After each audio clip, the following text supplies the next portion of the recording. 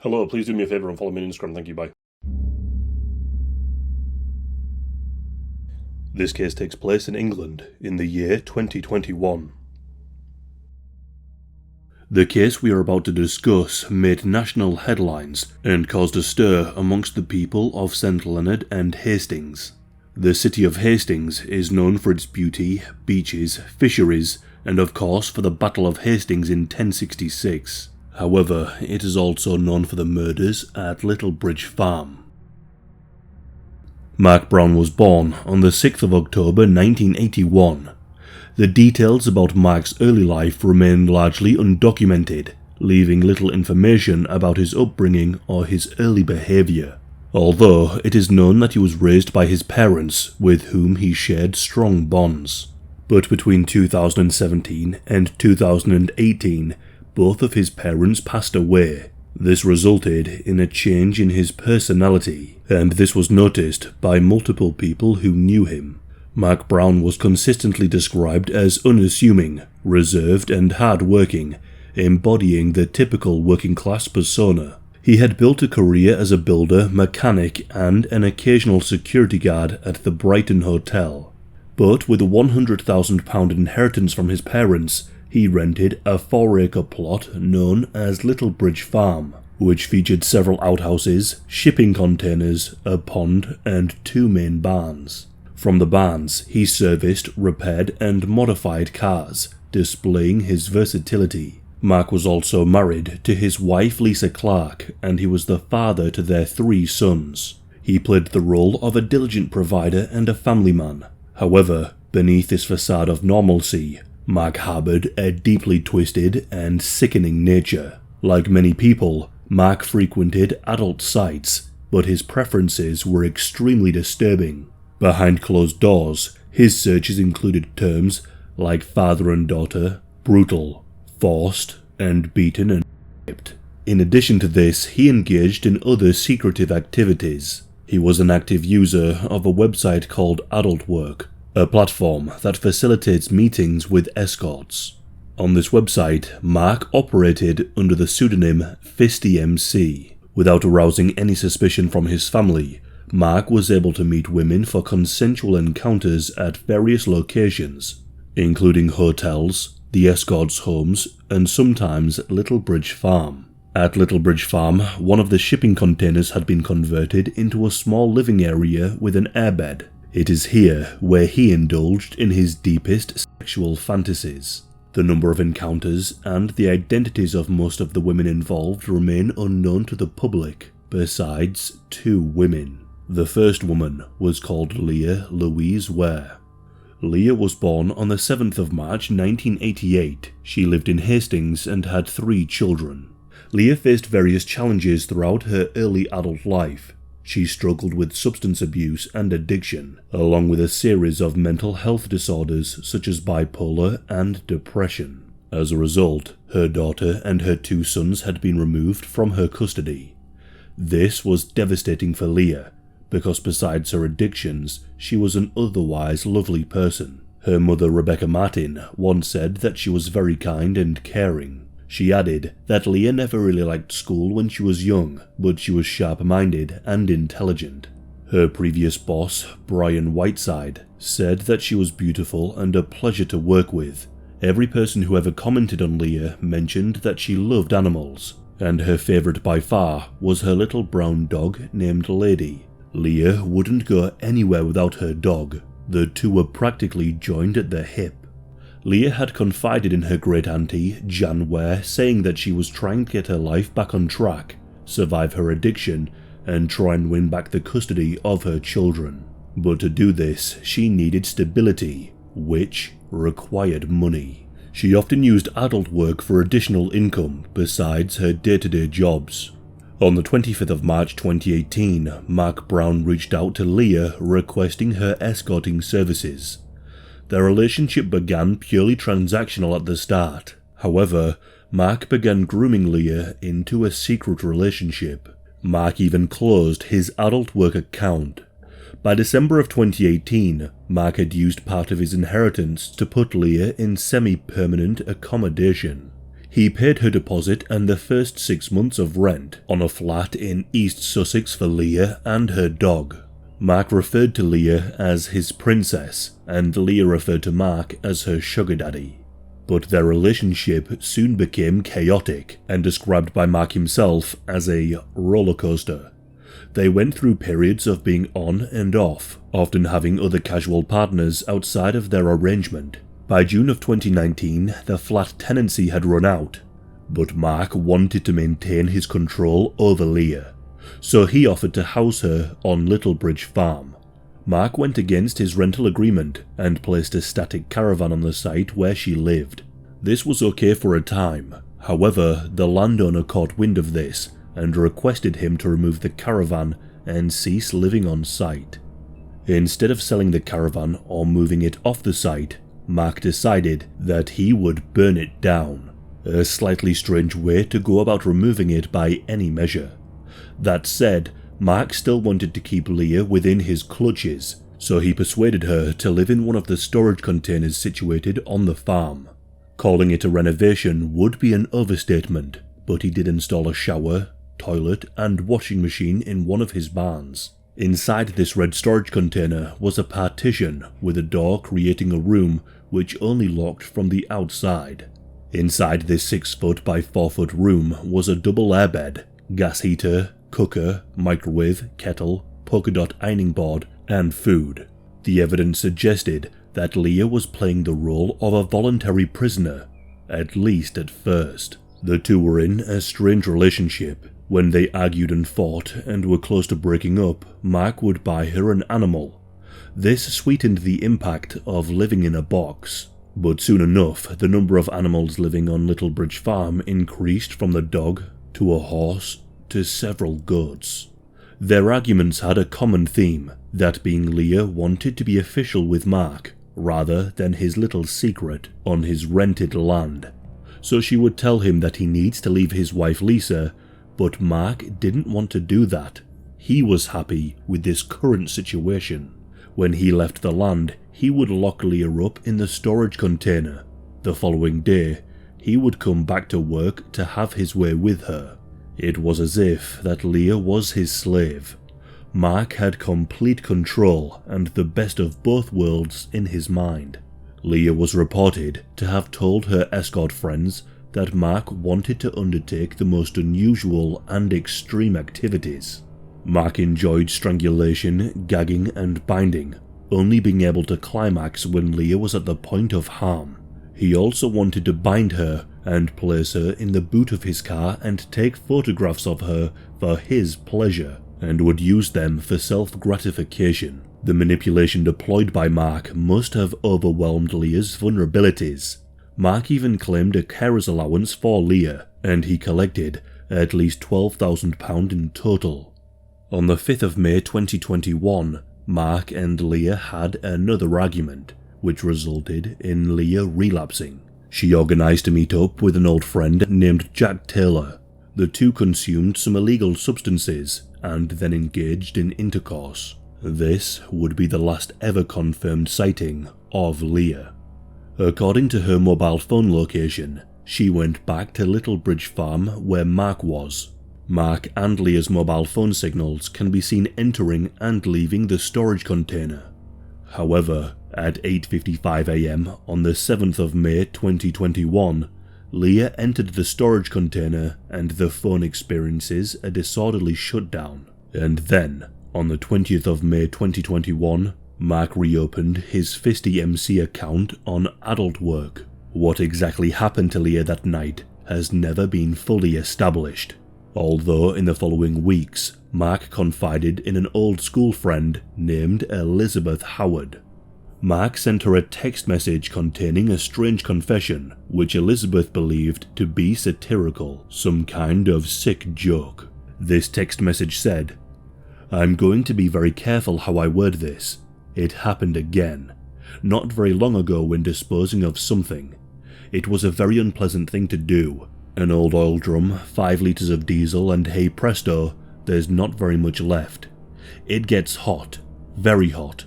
It almost glows white. The things I have done weigh heavy on my heart, on my head, and on my soul, a psychopath with a conscience.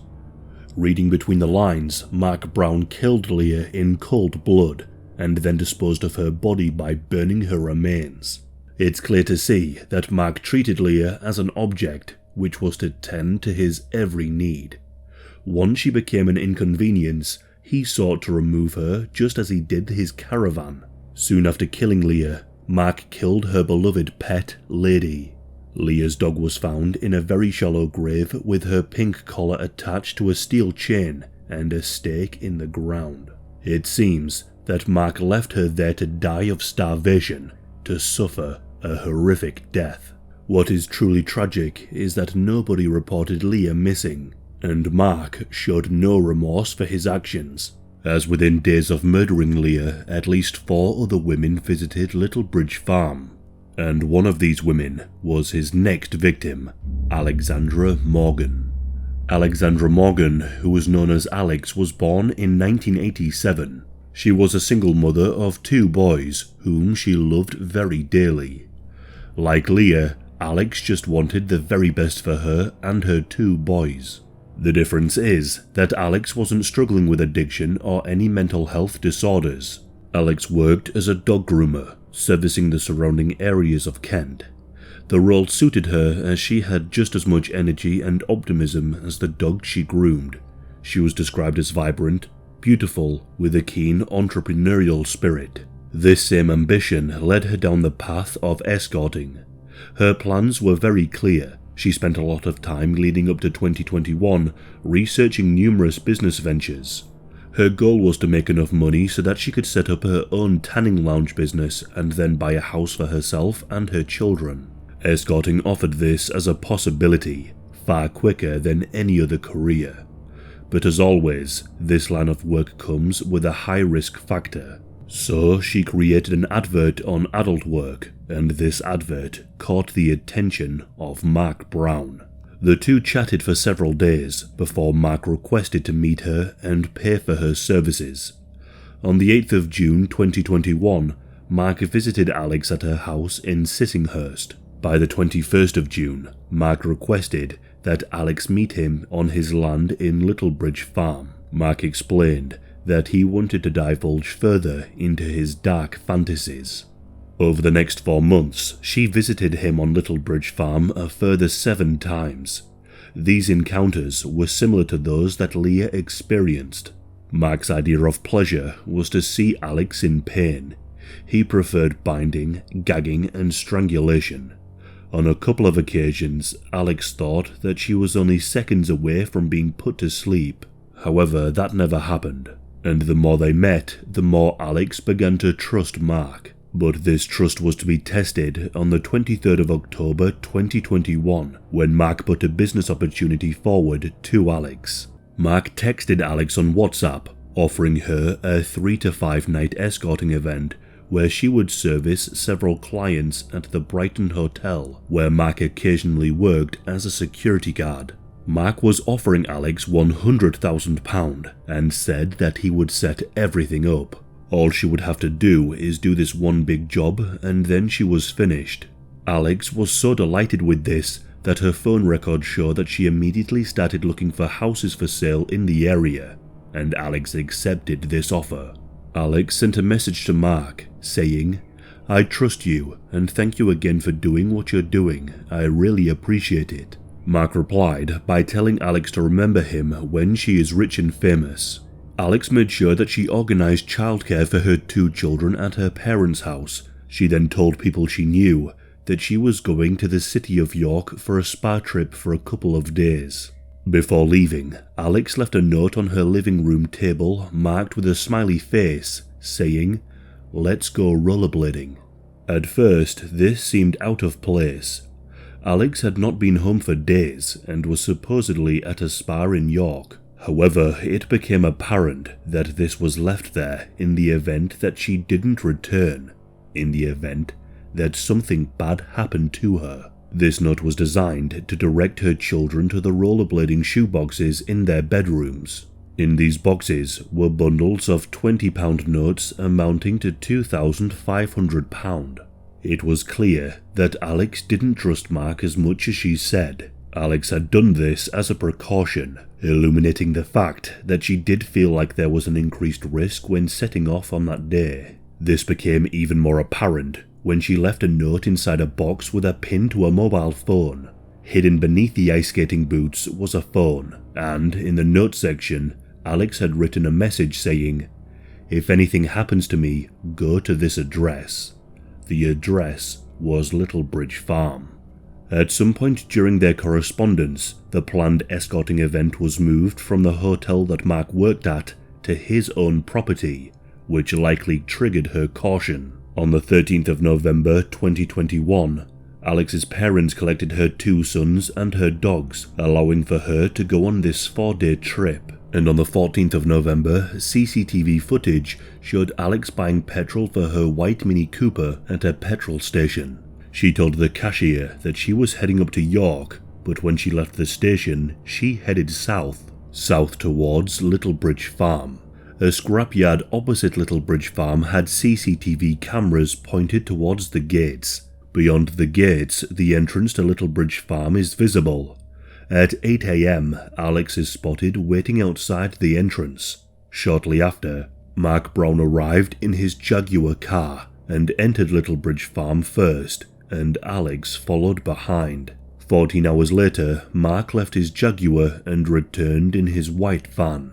This time, Mark returned with a 5-litre bottle of diesel and a bottle of bleach. At some point during those 14 hours, Mark killed Alex.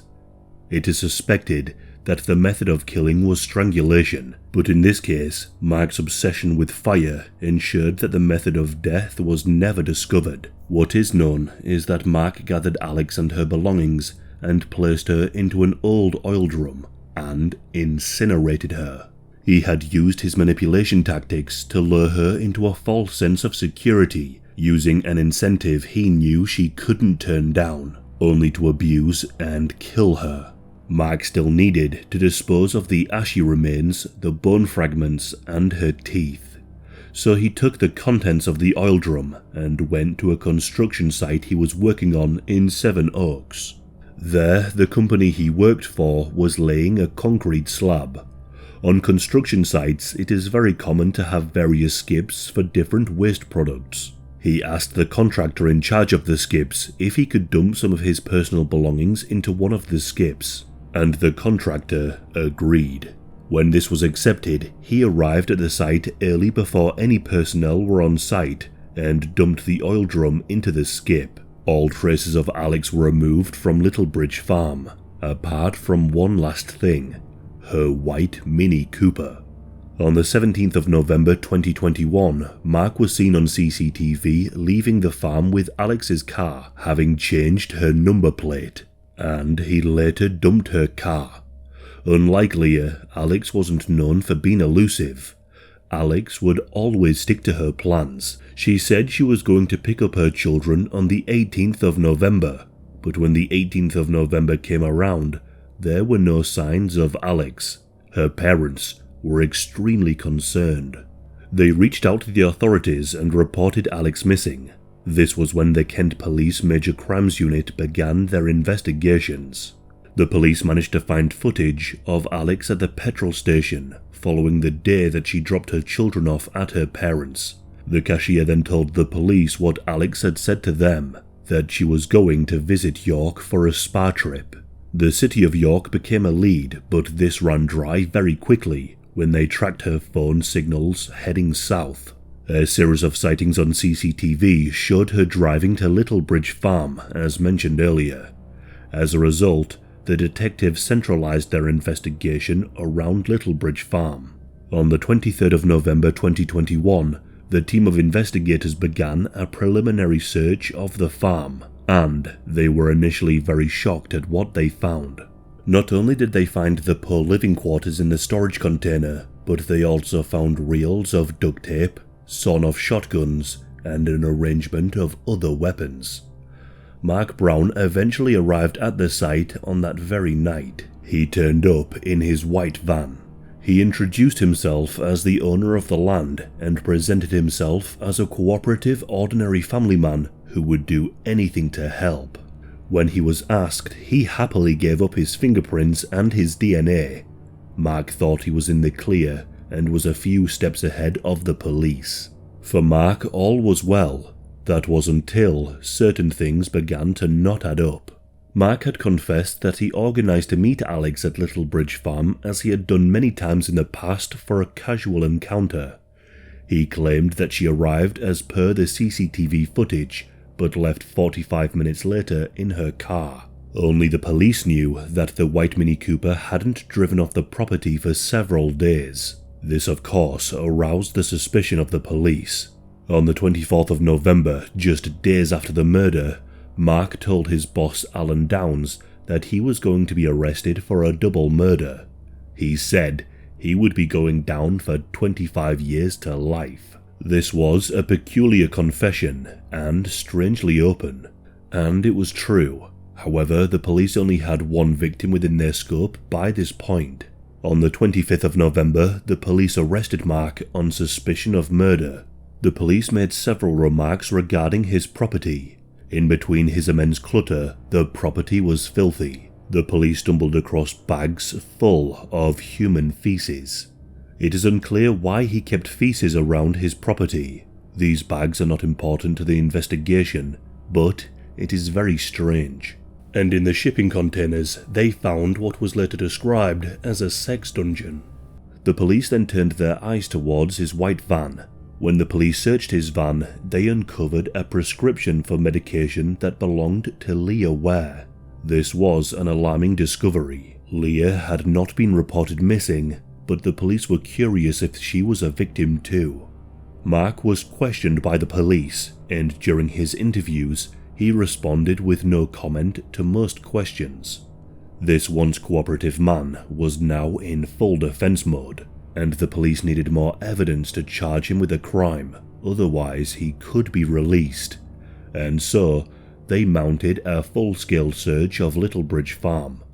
133 officers trawled the site, along with a dedicated team searching over 700 hours of CCTV footage across the area. Before too long, the police found the oil drum that Mark had hidden at the construction site. Bone and tooth fragments were found, and the police tested the DNA. Their worst fears were realized, as the remains were found to be that of Alex Morgan. Over the next few weeks, they uncovered the bones of Lady, Leah's beloved dog. But the police still wondered, did he kill Leah, or is Leah still alive? There was no evidence of Leah's remains, so the case was becoming cold. That was until they uncovered another lead. Mark's phone record showed that he was grooming a third person, Elizabeth Howard. However, to their relief, they found Elizabeth alive and well. She was a childhood friend of Mark's, and the two got along very well. When the police questioned Elizabeth, she was very shocked that Mark was in the spotlight for the murder of Alex and the suspected killer of Leah. She was so shocked, in fact, that she laughed out loud and told the police that they must have the wrong person. Elizabeth knew Mark as a kind man. She said he would often shower her and her daughters with gifts, including a smart TV and 2 sacks of toys. But her jovial response turned to concern when she heard about the evidence pointing to him. Elizabeth was then questioned about Leah. She told the police that Mark thought of Leah as his soulmate. She then calmly added, "Sadly, she's no longer with us." When the police asked why she said that, she replied, "Well, Leah is dead." Mark had confided in Elizabeth. He never said he killed her, but he said she had tragically passed away.